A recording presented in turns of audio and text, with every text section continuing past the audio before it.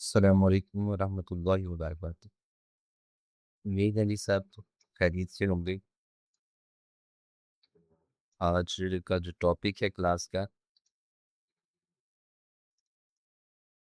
की बात कर लेते हैं। तो जी आज का हमारा टॉपिक है कि जेमिनी के साथ प्रोजेक्ट की बेहतर मनसूबाबंदी और उसमें जो ख़तरात हैं उनका तज्ज़िया है। जिसमें थोड़ा मेरा ख़्याल ये लफ्ज़ मुश्किल बन जाता है कि प्रोजेक्ट की असेसमेंट, उसमें जो रिस्क हैं उनको देखना कि इस प्रोजेक्ट में क्या-क्या रिस्क हो सकते हैं। जेमिनी के ज़रिए से अपने प्रोजेक्ट की जो है ना बेहतरीन जो है उसकी प्लानिंग करना और उसमें पेश आने वाले जो रिस्क हैं उनको असेस करना, उनकी असेसमेंट। तो ये उसका ओवरव्यू है पूरा। जी, कि प्रोजेक्ट के तज्ज़िये के 3 अमली मराहल। अच्छा, ये बात में सबसे पहले ये है, जेमिनी इस्तेमाल करने के अहम फ़ायदे, बेहतर रिस्क मैनेजमेंट। ये ओवरऑल आज के लेक्चर का जो है वो ओवरव्यू है। इसके अंदर ये चीज़ें हमने कवर करनी है। बेहतर रिस्क रिस्क मैनेजमेंट, प्रोजेक्ट को मुतासिर करने वाले मसाइल को उनके पैदा होने से पहले ही पहचानें। ठीक है जी, ये चीज़ होगी। उसके बाद तेज़ रफ्तार और गहरा तज्ज़िया, घंटों के काम को मिनटों में मुकम्मल करें और मंसूबे का जामे हासिल करें। उसके बाद वाज़ेह टीम कम्युनिकेशन, इस टाइमलाइन्स ऐसी टाइमलाइन्स बनाएँ जो तमाम जुड़े हुए हिस्सों को वाज़ेह तौर पर ज़ाहिर करें कि हमारी जो टीम है, जो प्रोजेक्ट बनाया तो उसका तज्ज़िया भी कर लिया। अब जब उसको लॉन्च करना है तो उसके लिए जो है वो जो टाइम फ्रेम है, टाइमलाइन है, उसको वाज़ेह करने के लिए इसका इस्तेमाल करना। अच्छा, फिर जो प्रोजेक्ट है उसके तज्ज़िया के 3 अमली मराहल हैं। पहला गुमशुदा अवामिल की निशानदही, मतलब इससे मुराद डिपेंडेंसीज़, यानी कि वो चीज़ें जो प्रोजेक्ट के साथ मुंसलिक हैं और उनके ना होने से प्रोजेक्ट मुकम्मल नहीं हो सकता। तो पहला मरहला जो है उसमें क्या करना है कि प्रोजेक्ट के अंदर देखना है कि इसमें कोई चीज़ मिसिंग तो नहीं है, इसकी जो डिपेंडेंसीज़ जो हैं उनको मालूम करना। अच्छा, फिर दूसरा मरहला जो है वो खतरात के बारे में है, रिस्क के बारे में कि इसमें क्या-क्या रिस्क हैं। किसी मखसूस मसले पर तवज्जो मरकूज़ करें और देखें कि वो मजमूई हदफ को कैसे मुतासिर करता है। ठीक है ना? इस बात को देखना कि कोई चीज़ ओवरलुक तो नहीं हो रही हमसे। ये मसला मेरे मजमूई प्रोजेक्ट के हदफ को कैसे मुतासिर कर सकता है? जो इम्कान, जो असरात उसमें से नज़र आएँ। फिर तीसरा मरहला जो है, नई टाइमलाइन की तैयारी। ठीक है जी, हमने डिपेंडेंसीज़ को देखा कि प्रोजेक्ट से जो जुड़ी हुई चीज़ें हैं, उनमें से कोई चीज़ मिस तो नहीं है। अच्छा, अगर मिस है तो उसके क्या रिस्क और क्या उसके असरात हो सकते हैं, कोई टाइमलाइन हमारी अगर उससे मुतासिर हो सकती है, तो फिर उसके बाद उसकी नई टाइमलाइन बनाना। नए संग मील के साथ एक अपडेट शुदा और महफूज शेड्यूल तैयार करें। ठीक है, ये सारी चीज़ें इसके अंदर होंगी। तो अभी जो है फिर इसका आगाज़ करते हैं। क्या कभी आपने गौर किया है कि अक्सर प्रोजेक्ट्स ऐन आखिरी वक्त पर क्यों रुक जाते हैं या इनमें ताख़ीर क्यों हो जाती है? ठीक है ना, प्रोजेक्ट हम बनाते हैं तो सम टाइम क्या होता है कि प्रोजेक्ट जो है वो अचानक जो है वो रुक जाती है। यानी कि जब उनके मुकम्मल होने का वक़्त या उनकी जब लॉन्चिंग होती है, तो कोई ना कोई उसमें से मसला निकल आया जिसकी वज़ह से वो टाइम के ऊपर डिलीवर हम नहीं कर पाते। तो ये अक्सर इस तरह के मसाइल जो है वो आ जाते हैं। तो इसकी बुनियादी वजह जो है वो अक्सर छोटी-छोटी चीज़ें होती हैं जो हमारी नज़रों से ओझल रह जाती हैं। ठीक है ना, हमने प्रोजेक्ट बनाया और उसका सारा टाइम फ्रेम और टाइमलाइन हमने तय कर दी कि ये प्रोजेक्ट हम इस तारीख को जो है वो लॉन्च करेंगे। तो जैसे ही लॉन्च का जो है उसके करीब हम पहुँचते हैं तो पता चलता है कि इसमें तो ये चीज़ें भी मिसिंग हैं या इन वजह से अभी इसको लॉन्च नहीं किया जा सकता। तो आज हम एक बहुत अहम और दिलचस्प तरीका सीखने जा रहे हैं, जिससे हम अपने काम के प्रोजेक्ट प्लान्स को जेमिनी की मदद से ना सिर्फ महफूज बनाएँगे, बल्कि इन्हें प्रोफ़ेशनल लेवल तक बेहतर करेंगे। तो जेमिनी जो है आज इसका इस्तेमाल हम इस तरीके से करेंगे कि अपने प्रोजेक्ट्स को एनालाइज करना, उसकी जो टाइमलाइन, तो ताकि लॉन्च करने से पहले जो उसमें कमियां हैं उनको ढूंढना कि उस मौके के ऊपर कोई परेशानी ना हो। तो ये स्टेप बाय स्टेप देखेंगे, बहुत आसान है, इसको हमने बस गौर से देखना और समझना है। वैसे ये गूगल मार्केटिंग के ओन जो हैं वो कहते हैं कि हाँ, कैसे हम एआई को सिर्फ एक चैटबॉट के तौर पर नहीं बल्कि एक स्ट्रेटेजिक थिंकिंग पार्टनर के तौर पर इस्तेमाल कर सकते हैं। ये उनका मसला है कि इसको चैटबॉट की बजाय हम एक थिंकिंग पार्टनर के तौर पर इस्तेमाल करें जेमिनी को। तो अब चलते हैं हम प्रोजेक्ट प्लानिंग, एक नया ज़ाविया, इनके प्रोजेक्ट प्लानिंग हम पहले भी करते हैं, आज उसका एक नया ज़ाविया, नए ज़ाविये से उसको देखेंगे। सोचिए कि आप एक सॉफ्टवेयर हाउस में किसी नए मोबाइल ऐप के लॉन्च पर काम कर रहे हैं। एक सॉफ्टवेयर कंपनी में आपकी जॉब है और आपने एक मोबाइल ऐप एप्लीकेशन बनाई है, उसको लॉन्च करना है। आपके पास टीम है, डेडलाइंस हैं, लेकिन क्या आपने वो तमाम डिपेंडेंसीज, यानी कि जिसका इन्हिसार ऐप का जिन चीज़ों पर है, सोची हैं, जिनके बगैर काम शुरू नहीं हो सकता? आपने क्या उन चीज़ों की लिस्ट बनाई है कि जिनकी कमी की वजह से प्रोजेक्ट लॉन्च नहीं हो सकता? काम तब तक शुरू नहीं हो सकता जब तक पिछला काम मुकम्मल ना हो जाए, ये इसका मतलब है। डिपेंडेंसी का मतलब कि एक काम तब तक शुरू नहीं हो सकता जब तक पिछला काम मुकम्मल ना हो जाए। तो आए इसे एक मिसाल से समझते हैं जो आपके इर्द गिर्द होती है। सोचिए आपको एक नया कैफ़े शुरू करना है। अब प्रोजेक्ट मैनेजमेंट की ज़ुबान में देखें कि सॉफ्टवेयर हाउस में मोबाइल ऐप बनाते वक्त क्या-क्या चीज़ें एक दूसरे पर मुनहिसर होती हैं। एप्लीकेशन में क्या-क्या चीज़ें मुनहसर होती हैं कि जिनके होने से वो ऐप बनती है। सबसे पहले उसमें आता है यूआई यूएक्स, यानी कि यूज़र इंटरफेस और यूज़र एक्सपीरियंस। ये डिज़ाइन और डेवलपमेंट। सोचिए आपके पास बेहतरीन डेवलपर्स की टीम बैठी है। अब अगर आप यूआई यूएक्स डिज़ाइनर ने अभी तक ऐप के स्क्रीन्स, यानी उसकी डिज़ाइनिंग, उसके मॉकअप जो हैं वो नहीं बनाए, डिज़ाइन नहीं बनाए, तो जो कोडिंग करने वाला जो डेवलपर है वो क्या करेगा? वो तो फारिग बैठा रहेगा। तो वो डिपेंड कर रहा है किसके ऊपर? डिज़ाइनर के ऊपर, ठीक है? पहले डिज़ाइन बनेगा, उसके बाद उसके ऊपर जो है ना वो यूआई यूएक्स वाला जो है वो काम करेगा। तो डिपेंडेंसीज़ डेवलपमेंट तभी शुरू हो सकती है जब डिज़ाइन फाइनल हो। अगर डिज़ाइन में 2 दिन की ताख़ीर हुई तो डेवलपमेंट भी 2 दिन लेट हो जाएगी। अच्छा, उसके बाद एपीआईज़, ठीक है, या फ्रंट एंड, फ़र्ज़ करें आपकी एक ऐप की फ़र्ज़ करें आपकी ऐप एक ई-कॉमर्स स्टोर है जैसे दराज़। डेवलपर्स ऐप की वो स्क्रीन बना रहे हैं जहाँ ऑर्डर हिस्ट्री नज़र आएगी, ठीक है जी? तो अब ये स्क्रीन तभी काम करेगी जब बैकएंड टीम वो डेटा यानी एपीआई तैयार करके देगी। अगर वो तैयार नहीं है तो इस स्क्रीन पे काम नहीं हो सकता। उसके बाद है पेमेंट गेटवे इंटीग्रेशन। तो ये भी डिपेंडेंसी में आता है। आपने बहुत अच्छी ऐप बना ली, लेकिन अगर आपने इसमें इजी पैसा या जैज़ कैश या स्ट्राइप जैसे पेमेंट गेटवेज़ को लिंक नहीं किया, तो क्या फ़ायदा है?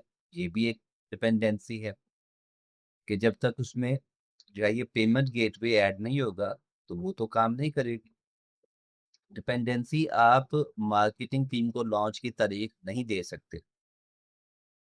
आप मार्केटिंग टीम को लॉन्च की तारीख नहीं दे सकते जब तक आपको ये कंफर्म ना हो जाए कि पेमेंट सिस्टम ठीक से चल रहा है। ये काम अक्सर किसी थर्ड पार्टी बैंक या सर्विस पर इन्हिसार करता है। तो उसके बाद आता है ऐप स्टोर अप्रूवल, कि हमने एप्लीकेशन बना ली, अब इसको हमने प्ले स्टोर के ऊपर जो है पब्लिश करना है। तो पब्लिश होने से पहले उसको अप्रूव करवाना पड़ता है। जो प्ले स्टोर है वो उसको चेक करता है। ये सबसे बड़ी डिपेंडेंसी होती है। आपने ऐप मुकम्मल कर ली, टेस्ट कर ली, सब ज़बरदस्त है। अब आपने इसे गूगल प्ले स्टोर पर भेजा, लेकिन गूगल वाले इसे रिव्यू करने में 2 से 5 दिन लगा सकते हैं, ठीक है ना? तो जब तक ये अप्रूव नहीं होती, ये उसके ऊपर पब्लिश नहीं हो सकती। तो ये डिपेंडेंसी है। आपकी ऐप का लॉन्च होना गूगल की मंजूरी पर मुनहसिर है कि अगर वो इसे रिजेक्ट कर दें तो आपकी पूरी मार्केटिंग मुहिम यानी कि जो मार्केटिंग कैंपेन वो दरी की दरी रह जाएगी। इसको हल करने के लिए जेमिनी का इस्तेमाल कैसे करना है ये समझते हैं। ठीक है जी, एक सॉफ्टवेयर की एक एग्जांपल थी। तो उसमें डिपेंडेंसी जो है उसको हमने मुख्तलिफ मिसालों से देखा है कि ये चीज़ें जो है उस पे इनके ऊपर उसका इन्हिसार है। तो अब इसको कैसे हमने बगैर किसी परेशानी के लॉन्च फेज़ तक लेके जाना है कि हमें कोई मसला पेश ना आए, तो उसके लिए ये एक अमली एक तरीका है जिसको हम पढ़ेंगे, जिसके बारे में बात करेंगे। अच्छा, इसके साथ 3 अहम मराहल हैं। मरहला 1, अपने प्लान को जेमिनी के हवाले करें और डिपेंडेंसीज़ तलाश करें। सबसे पहले एक नई चैट शुरू करें, ठीक है जी? अभी यहाँ से ये हमने नई चैट शुरू कर ली। अच्छा, नई चैट शुरू करें और अपने तमाम मुतलका डॉक्यूमेंट्स जैसे कि आपका लॉन्च मेमो या वर्क बैक शेड्यूल अपलोड कर दें। सब लॉन्च मेमो को जिसमें जो है वो लॉन्चिंग की सारी डिटेलों के लॉन्च पे क्या करना है, और दूसरा जो डॉक्यूमेंट है उसमें जो है कि लॉन्च की जो डेट है उस तक जो हमारा वर्क फ्लो है, जो टाइमलाइन है कि, कि कितने फेज हैं इसके अंदर, जब लॉन्च तक हमने जाना है तो उसके दरमियान जो टाइम है 6 माह का टाइम इसमें है लॉन्च करने के दरमियान। तो उन 6 माह के अंदर क्या करना है, उसकी एडवर्टाइजमेंट के हवाले से, मार्केटिंग के हवाले से, क्रिएटिव जो है वो कैंपेन्स के हवाले से, तो सारी चीज़ें इस 6 माह के अंदर उसका एक शेड्यूल होगा जिसको हमने देखना है। वो उसके बारे में एक डॉक्यूमेंट्स है। तो हम क्या करेंगे, हम दोनों ही डॉक्यूमेंट इसमें जो है वो अपलोड कर देंगे, जिसके अंदर सारी हमारी प्रोजेक्ट की डिटेल्स है। तो ये मैंने ओपन किया और इसमें ये दोनों फाइल जो है मैं यहाँ पे ड्रॉप कर देता हूँ। यहाँ पे ये अपलोड हो जाएंगी। अच्छा जी, ये अपलोड हो गई।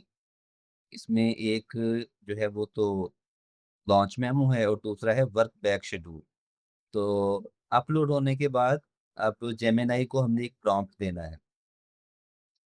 उस प्रॉम्प्ट में हम क्या लिखेंगे, मेरी कंपनी एक नई प्रोडक्ट लॉन्च कर रही है, मैं अपने लॉन्च मेमो और वर्क बैक शेड्यूल की फाइल्स मैंने अटैच कर दी हैं। क्या आप बता सकते हैं मेरे इस प्लान में कौन सी ऐसी डिपेंडेंसीज या ज़रूरी काम मिसिंग है जिन पर मुझे गौर जिस पर मैंने गौर नहीं किया, यानी कि मुझसे वो मिस हो गई हैं। तो ये प्रॉम्प्ट मैंने यहाँ पे लिख दिया, ठीक है ना? ये सारी हमारी इसके अंदर डिटेल थी लॉन्च के बारे में, और जो टाइमलाइन है उसके अंदर किसको कितने फेज हैं, उसमें क्या करना है, यानी कि पूरा जो प्लान था डॉक्यूमेंट की सूरत में मैंने यहाँ पे अपलोड कर दिया, और ये इसमें मैंने इसको प्रॉम्प्ट भी दे दिया। तो अब इसको एंटर कर लिया। एंटर किया इसको तो देखते हैं ये क्या रिस्पॉन्स करता है। जब इसको हम अपनी फाइल देंगे तो ये इन प्रोजेक्ट के तमाम हिस्सों को आपस में जोड़कर देखता है, जो शायद इंसान को पढ़ने में जो है वो चीज़ें नज़रअंदाज हो जाएं, उसे नज़र ना आए। तो ये इसका फ़ायदा है कि ये नज़रअंदाज नहीं करेगा, ये इनको प्रॉपर चेक करेगा उन डॉक्यूमेंट्स को। जब जेमिनी आपको कुछ कमियां बताएगा तो अगला काम ये है कि आप इससे पूछें कि ये कमियां प्रोजेक्ट के मजमूई गोल पर क्या असर डाल सकती हैं। प्रॉम्प्ट जो है मैंने पहले से लिखा है, इसको मैं कॉपी कर देता हूँ।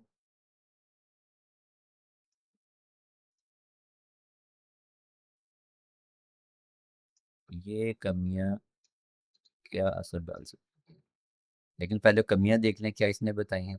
आपका लॉन्च का मंसूबा क्रिएटर प्रो लॉन्च काफ़ी जामे है और इसमें पीआर पैड, एड्स और थोड़ा जूम इन किया मैंने, एड्स और इन पर्सन एक्टिवेशंस के तमाम अहम राहल का बहुत अच्छी तरह अहाता किया गया, जो कि आप खुद वेब और ग्राफिक डिजाइनिंग प्लानिंग में तवाज़न रखा है। लेकिन एक कामयाब लॉन्च के लिए चंद तकनीकी ऑपरेशन ऑपरेशनल डिपेंडेंसी हैं जिन पर गौर करना आपके लिए फ़ायदेमंद हो सकता है। अच्छा जी, वो कौन सी हैं? अच्छा, कह रहे जी टेक्निकल रेडीनेस, यानी कि वेबसाइट और ई कॉमर्स की तैयारी, यानी कि हमारे प्लान में ये मिसिंग है। ये बता रहा है आपका प्लान कहता है कि तमाम पेड एड्स, यानी कि जो जब लॉन्च करना तो उसके लिए हमने एड्स जो चलानी है, वो कह रही तमाम पेड एड्स और ट्रैफिक आपके मेन प्रोडक्ट पेज पर जाएगी, लेकिन लॉन्च के दिन आने वाली ट्रैफिक के लिए कुछ इजाफी इकदामात ज़रूरी हैं। उसके बाद सर्वे लोड टेस्टिंग, लॉन्च वाले दिन मुतवक्का ट्रैफिक के रश को संभालने के लिए अपनी वेबसाइट की सर्वर कैपेसिटी और होस्टिंग का टेस्ट ज़रूर कर लें। ठीक है जी। उसके बाद कन्वर्जन ऑप्टिमाइजेशन, इनके सीआरओ, ये यकीनी बनाएं कि प्रोडक्ट पेज पर यानी कॉल टू एक्शन बटन वाजे हैं और चेकआउट का अमल इंतहाई मुख्तसर और आसान है, यानी कि जब कस्टमर जो है वो हमारी प्रोडक्ट पे आएगा और वो उसको बाय करता है, तो उसको कहते हैं कॉल टू एक्शन, जो बटन जहाँ से उसने उसको बाय करना है। तो उस फ्लो को चेक करना, पहले हम उससे पहले लॉन्च से पहले उसको चेक करना कि क्या ये जो प्रोसेस है वो ठीक से काम कर रहा है। उसके बाद ही ट्रैकिंग और एनालिटिक्स, लॉन्च से कबल तमाम पिक्सल्स एनालिटिक्स सेटअप हो जाने चाहिए ताकि आप देख सकें कि ट्रैफिक कहाँ से आ रही है और कौन से एड्स बेहतरीन परफॉर्म कर रहे हैं।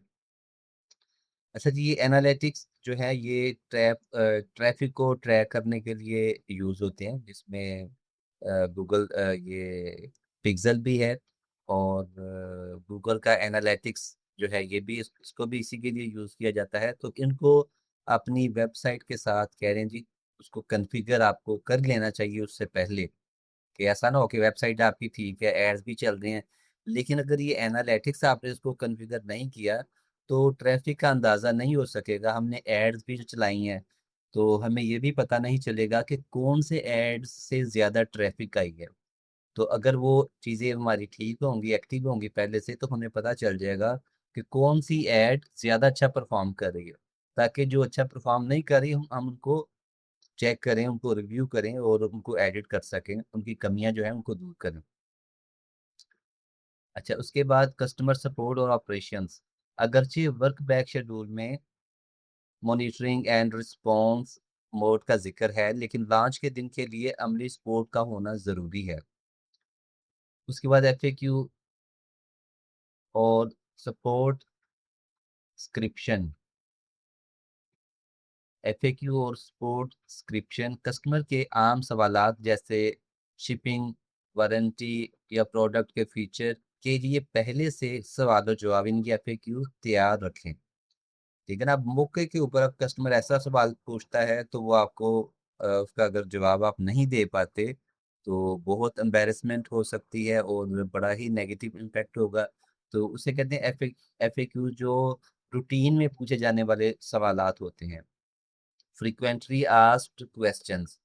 ठीक है, कि जो फ्रीक्वेंटली जो पूछे जाने वाले सवाल हैं उनको पहले से तैयार किया हो, हमारे पास उनके जवाब हों, या वेबसाइट के ऊपर भी एक सेक्शन जो है वो होना चाहिए, तो ताकि मौके के ऊपर जैसा भी सवाल आए तो उसको हम जवाब दे सकें।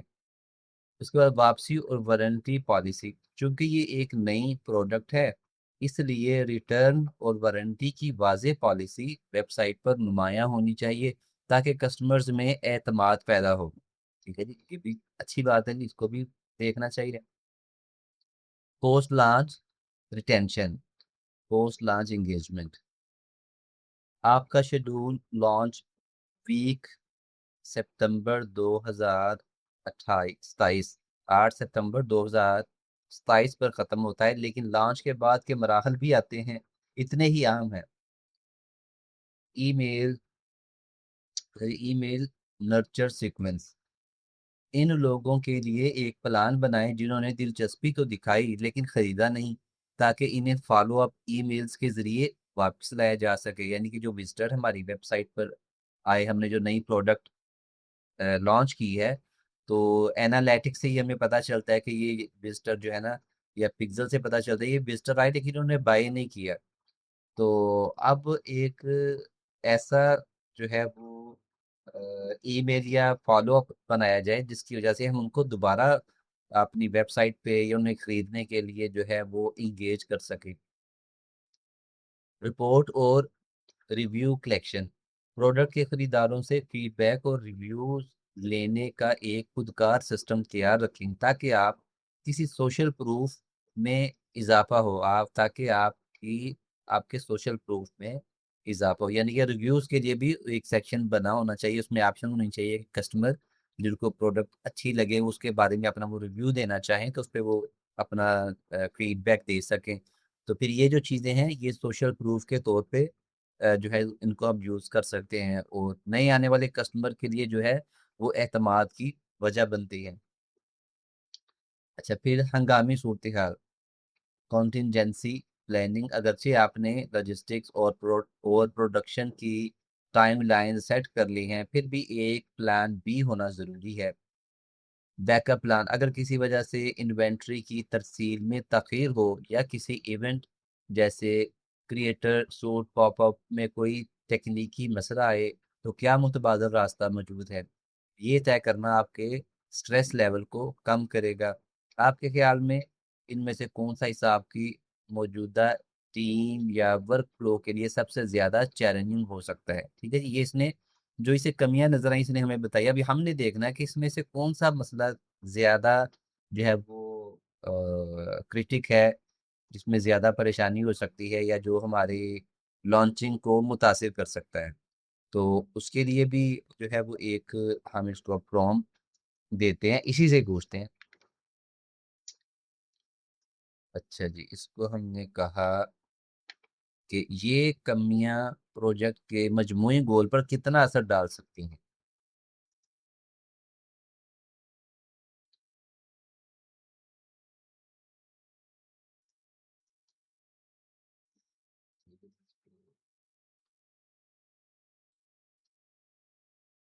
अच्छा, ये कमियां या डिपेंडेंसीज आपके लॉन्च के प्रोजेक्ट के मजमूई गोल यानी 8 सितंबर 2027 को एक कामयाब हाई इम्पैक्ट लॉन्च पर काफ़ी गहरा और मनफी असर डाल सकती हैं। आपके लॉन्च प्लान में जो मार्केटिंग और पीआर की हिकमत अमली बनाई गई है वो लोगों को आपके प्लेटफॉर्म तक लाने के लिए तो बेहतरीन है, लेकिन अगर दर्ज झैल पहलुओं को नज़रअंदाज किया गया तो नतज दर्ज झैल मुतासिर हो सकते हैं।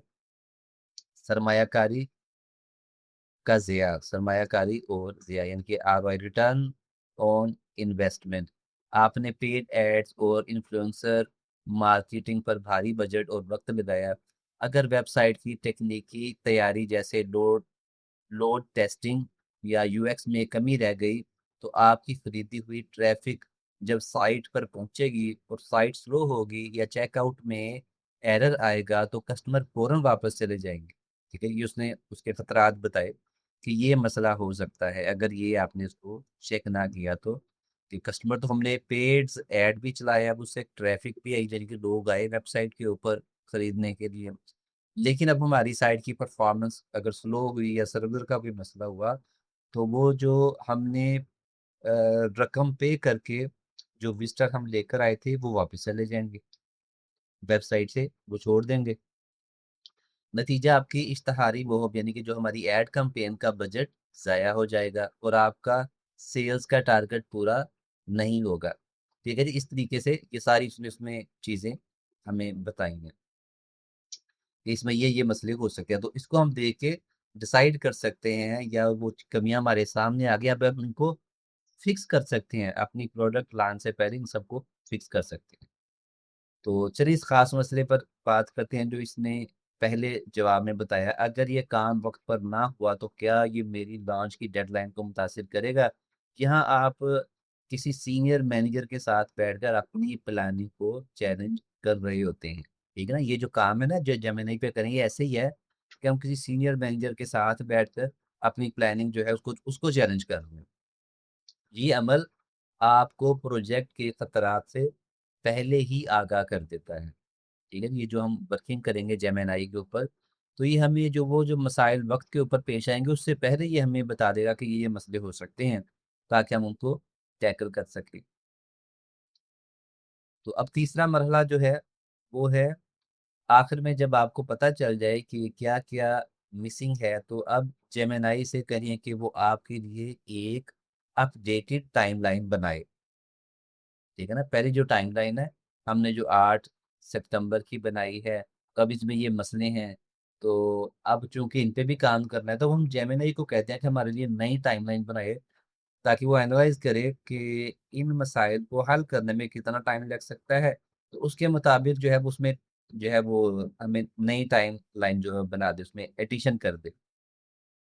मेरे प्लान में जो जो मिसिंग है इसे मद्देनजर रखते हुए एक नई टाइमलाइन बनाओ,